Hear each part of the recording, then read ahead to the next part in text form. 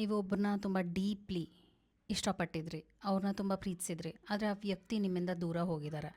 ಆ ವ್ಯಕ್ತಿ ನೀನು ಬೇಡ ಅಂತ ಬಿಟ್ಟು ಹೋಗಿದ್ದಾರೆ. How to let it go, ನೀವು ಇದನ್ನು ಹೇಗೆ ಹ್ಯಾಂಡಲ್ ಮಾಡುವಂಥದ್ದು, ಈ ಸಿಚುವೇಶನ್ನ ಹೇಗೆ ಹ್ಯಾಂಡಲ್ ಮಾಡುವಂಥದ್ದು. ಮೊದಲನೇ ವಿಷಯ ಏನಾಗುತ್ತೆ ಅಂದರೆ ರಿಯಾಲಿಟಿನ ಆಕ್ಸೆಪ್ಟ್ ಮಾಡ್ಕೊಳ್ಳುವಂಥದ್ದು. ಎಷ್ಟೋ ಜನ ರಿಯಾಲಿಟಿನ ಆಕ್ಸೆಪ್ಟ್ ಮಾಡ್ಕೊಳ್ಳೋಕೆ ಕಷ್ಟಪಡ್ತಾರೆ.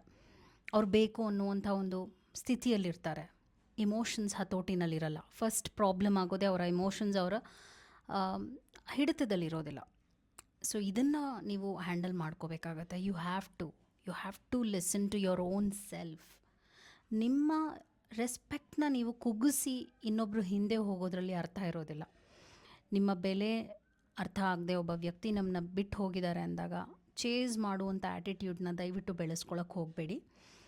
ಈ ವ್ಯಕ್ತಿನ ನೆನಪಿಸುವಂಥ ರಿಮೈಂಡರ್ಸ್ ಇರ್ಬೋದು, ಏನೇ ಟ್ರಿಗರ್ಸ್ ಇರ್ಬೋದು, ಮೆಮೊರೀಸ್ ಇರ್ಬೋದು, ಅದು ನಿಮ್ಮ ಹತ್ರ ಇದೆ ಅಂದರೆ ಅದನ್ನ ನೀವು ತೆಗೆದುಹಾಕಿ ಚಾಟ್ನ ಡಿಲೀಟ್ ಮಾಡಿ. ಹಾಗೂ ಈ ವ್ಯಕ್ತಿಯ ಕಾಂಟ್ಯಾಕ್ಟ್ನು ಡಿಲೀಟ್ ಮಾಡಿದ್ರೆ better. Because we always suggest no contact ರೂಲ್ನ ಫಾಲೋ ಮಾಡಲೇಬೇಕು ಅಂತ ನಾವು ಸಜೆಸ್ಟ್ ಮಾಡ್ತೀವಿ. ಹಾಗೂ ಒಂದು ಸ್ಟ್ರಾಂಗ್ ಸಪೋರ್ಟ್ ಸಿಸ್ಟಮ್ ನಿಮಗೆ ಬೇಕಾಗುತ್ತೆ.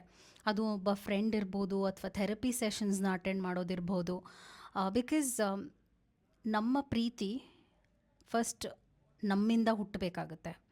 ಆ ಪ್ರೀತಿ ನಾವೆಲ್ಲೋ ಹುಡ್ಕೊಂಡು ಹೋಗ್ತಾ ಇದ್ದೀವಿ, ಆದರೆ ಆ ವ್ಯಕ್ತಿ ಯಾರನ್ನು ನೀವು ಹುಡ್ಕೊಂಡು ಹೋಗ್ತೀರ, ಆ ವ್ಯಕ್ತಿ ಆ ಪ್ರೀತಿಗೆ ಬೆಲೆ ಕೊಡದೆ ನಿಮಗೆ ನೋವು ಉಂಟು ಮಾಡ್ತಾ ಇದ್ದಾರೆ ಅಂದರೆ ಇಟ್ಸ್ ಹರ್ಟಿಂಗ್ ಯು ಬ್ಯಾಕ್.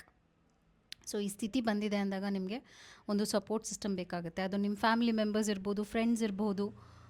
ಅವರಿಂದ ಒಂದು ಪಾಸಿಟಿವ್ ಆಗಿರುವಂಥ ಒಂದು ನರಿಷ್ಮೆಂಟ್ನ ಹೊಂದಬೇಕಾಗತ್ತೆ. ಅವ್ರ ಜೊತೆ ಕನೆಕ್ಟೆಡ್ ಆಗಿರಿ. ಒಂಟಿಯಾಗಿರೋಕ್ಕೆ ಹೋಗಬೇಡಿ. ಒಂಟಿಯಾಗಿದ್ದಾಗ ನೆಗೆಟಿವ್ ಥಾಟ್ಸ್ ಇನ್ಕ್ರೀಸ್ ಆಗುತ್ತೆ. ರೊಮ್ಯಾಂಟಿಸೈಸಿಂಗ್ ಅಂತ ಹೇಳ್ತೀವಿ. ಈ ಒಂದು ಫೇಸಲ್ಲಿ ಏನಾಗುತ್ತೆ ಅಂದರೆ ನೀವು ರೊಮ್ಯಾಂಟಿಸೈಸ್ ಮಾಡೋಕ್ಕೆ ಶುರು ಮಾಡ್ತೀರಾ. ಅರ್ಥ ಏನು ಅಂತ ಹೇಳ್ಬಿಡ್ತೀನಿ. ನೀವು ಅವರು ಕಳೆದಿರುವಂಥ ಒಳ್ಳೆಯ ಕ್ಷಣಗಳು, ಮಧುರ ಕ್ಷಣಗಳಿರ್ಬೋದು, ನೀವು ಅವರು ಮಾತಾಡಿರುವಂಥ ವಿಷಯಗಳಿರ್ಬೋದು, ಅದೆಲ್ಲ ನಿಮಗೆ ಮೈಂಡ್ಗೆ ಸ್ಟ್ರೈಕ್ ಆಗ್ತಾ ಇರುತ್ತೆ. ಆ್ಯಂಡ್ ನೀವು ಮತ್ತೆ ಒಂದು ಹೋಪ್ ಇಟ್ಕೊಳ್ತೀರಾ, ಇದು ವರ್ಕೌಟ್ ಆಗುತ್ತೇನೋ, ಇವ್ರು ವಾಪಸ್ ಬರ್ತಾರೇನೋ ಅಂತ ಹೋಪ್ ಇಟ್ಕೊಳ್ತೀರಾ. But reality again it's not going to happen. Okay, ಅದನ್ನು ನಿಮಗೆ ನೀವೇ ರಿಮೈಂಡ್ ಮಾಡ್ಕೋಬೇಕಾಗತ್ತೆ. ಇಟ್ ವಿಲ್ ನಾಟ್ ವರ್ಕ್ ಅಂತ ನೀವು ರಿಮೈಂಡರ್ ಇಟ್ಕೋಬೇಕಾಗತ್ತೆ.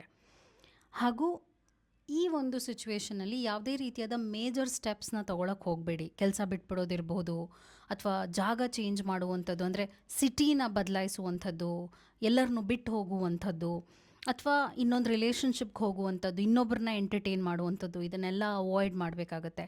ಟೇಕ್ ಇಟ್ ಸ್ಲೋ ಆಗೇ ಇರಲಿ. ಹಾಗೂ ಇಮೋಷನ್ಸ್ನ ನೀವು ಒಂದು ಹಿಡಿತದಲ್ಲಿ ಇಟ್ಕೊಳ್ಳೋಕ್ಕೆ ಟ್ರೈ ಮಾಡ್ತಾ ಇರಬೇಕಾಗತ್ತೆ.